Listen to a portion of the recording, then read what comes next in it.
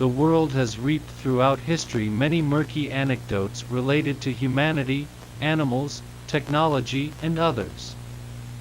Stay to listen to some of them and think at all times that things like this are still happening in our times.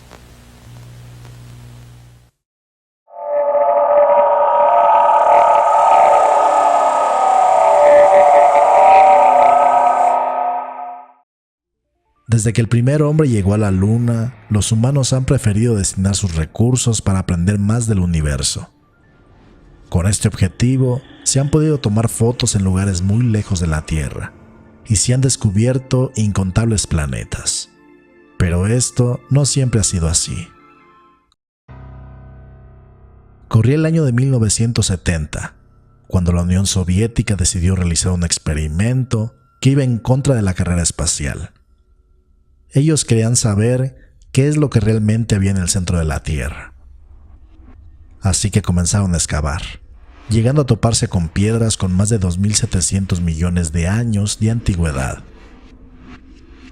En total se llegó a la profundidad de 12.262 metros, y un día de 1989 se decidió terminar la investigación.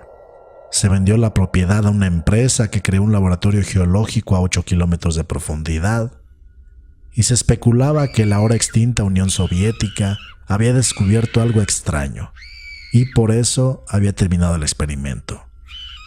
Tiempo después, los trabajadores del laboratorio decían escuchar cosas extrañas mientras trabajaban, y la historia cuenta que lograron captar unos sonidos proviniendo del pozo. Y ahora tú los vas a escuchar.